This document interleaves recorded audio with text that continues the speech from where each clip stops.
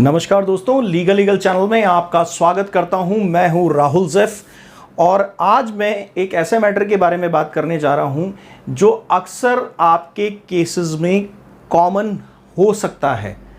अक्सर इस तरह की दलील दी जाती है मजबूर और मजलूम महिला बनकर कोर्ट के सामने आपकी पत्नियों द्वारा, और जब वो किसी तरह का झूठा केस लगाकर बैठी हों। हम ये केसेस जो आपसे डिस्कस करते हैं ये उन अन्यायी महिलाओं के खिलाफ करते हैं जो कि अपने पतियों को घर तोड़ने पे मजबूर करती हैं झूठे केसेस लगा के, और मनी एक्सटॉर्शन या फिर किसी और तरह का फ़ायदा अपने अडल्ट्रियस रिलेशनशिप को छिपाने के लिए करती हैं।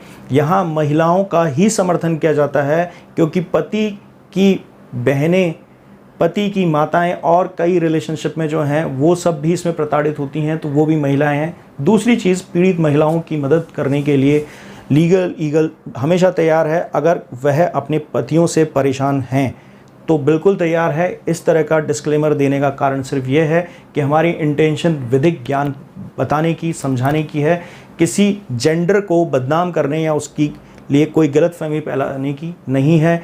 मैं महिलाओं का पूर्णतः समर्थन करता हूँ और विश्वास है मेरे बातों का अनर्गल मतलब निकाल कर इनको मैनिपुलेट नहीं किया जाएगा। बात करते हैं आज का जजमेंट क्या रहेगा। इससे पहले बता देता हूँ लीगल के जो कोर्सेज हैं वो स्टार्ट हैं 3050 में क्रैश कोर्स है। मेन कोर्स जो है वो पर्सनलाइजेशन पे टिका हुआ है और जो क्रैश कोर्स है वो पूरी तरह से पर्सनल ट्रीटमेंट से अलग है, पर उसके अंदर जो प्री रिकॉर्डेड बहुत सारे आपको कोर्सेज देखने को मिलेंगे उनको आप अपनी नॉलेज बढ़ाने के लिए जोड़िए। आपको वो सब जानने को मिलेगा जो कि पूरी तरह से आपको पता नहीं है या फिर उसका आधा अधूरा ज्ञान है, उसकी डिटेल मिलेगी। उसको यूज़ कैसे करना है ये भी जानने को मिलेगा। अगली बात यह है, मेन कोर्सेज इन सब के साथ तो आता है, बाकायदा हमारा पर्सनल अटैचमेंट भी उसमें हो जाता है। इंडिविजुअली आपके केस के हिसाब से उसे तैयार किया जाता है। उसके अंदर पार्टी इन पर्सन भी अगर आप लड़ना चाहेंगे तो हम हौसला देते हैं। ये गारंटी वाला कोई कोर्स हम नहीं चलाते, इसमें सिर्फ मजबूती वाला कोर्स होता है। इसलिए कई लोग बेकार में इस अफवाह को ना फैलाएं कि हम कोई गारंटी कोर्स चलाते हैं। आपको अपना तरीका हमसे सीखकर इख्तियार करना पड़ेगा, सब कुछ आपकी डिपेंडेंसी के ऊपर है। दूसरी चीज़ ये है कि अगर इंस्टेंटली आपको कोई मुझसे बात करनी है, सलाह लेनी है, तो ये व्हाट्सएप मैसेज का एक नंबर है, व्हाट्सएप पे मैसेज कीजिएगा। कॉल्स हम पिक नहीं करते हैं। अपना और हमारा दोनों का समय आप बचाएं। यहाँ पे मैसेज डाल दीजिए, उसके बाद आपको अपॉइंटमेंट मिल जाएगा। दोस्तों, अब मैं आज के इस कंटेंट पे आता हूँ। इस जजमेंट को आपको समझाता हूँ ये क्या कहता है, इसमें क्या फ़ायदा और क्या नुकसान हुआ है, ये आपको देखना और समझना होगा। यह case Manju Vimal versus state of UP का है। इस केस में मंजू विमल ने आईपीसी के सेक्शन 498A, 323, 506 को सीतापुर यूपी से लखनऊ ट्रांसफ़र कराने के लिए सीआरपीसी के सेक्शन 407 के तहत यूपी हाईकोर्ट की लखनऊ बेंच में एक अपील डाली।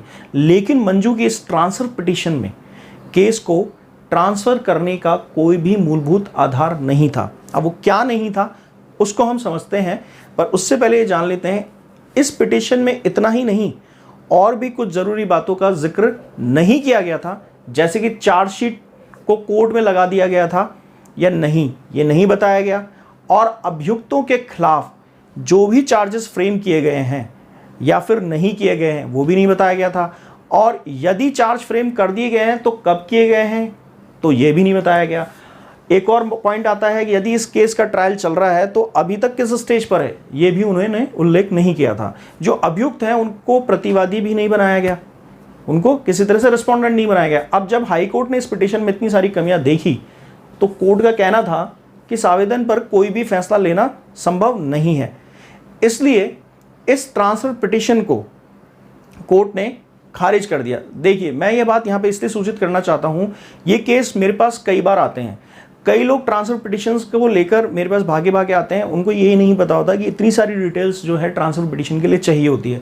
जर्नल एप्लीकेशन की तरह ट्रांसफर पिटीशन अक्सर देने का कई बार कॉमन प्रैक्टिस देखी गई है।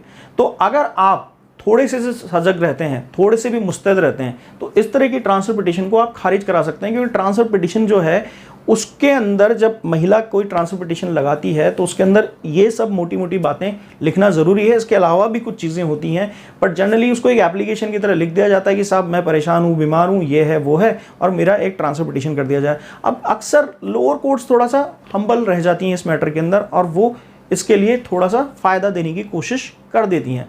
परंतु आप ये मान के चलिए कि इस तरह की ट्रांसफ़र पिटीशन नहीं चलती है, आप उसे चैलेंज कर दीजिए।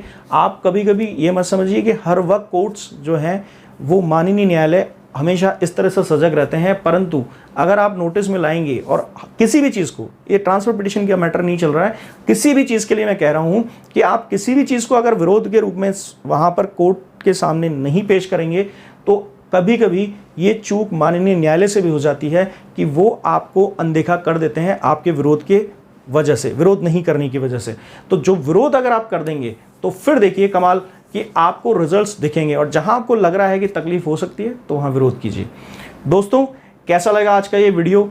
लाइक शेयर सब्सक्राइब ज़रूर कीजिएगा, और ऑल का बटन दबाइएगा। आप सब्सक्राइब करने के बाद नोटिफिकेशन बेल आता है उसमें, तभी आपको रेगुलर मेरे वीडियो अपडेट्स मिलते रहेंगे। कमेंट सेक्शन में कमेंट्स करते रहिए, सवालों को मत पूछिए क्योंकि संभव नहीं है इतने सवालों का जवाब देना। वहाँ आप अपनी कुछ राय रख सकते हैं वीडियो के बारे में, हमारे बारे में, वो अलग चीज़ है, पर आप सोचें कि वहाँ सवाल पूछूं और जवाब दीजिए तो ये थोड़ा सा एक सीमाओं के परे की बात हो जाती है। Thank you.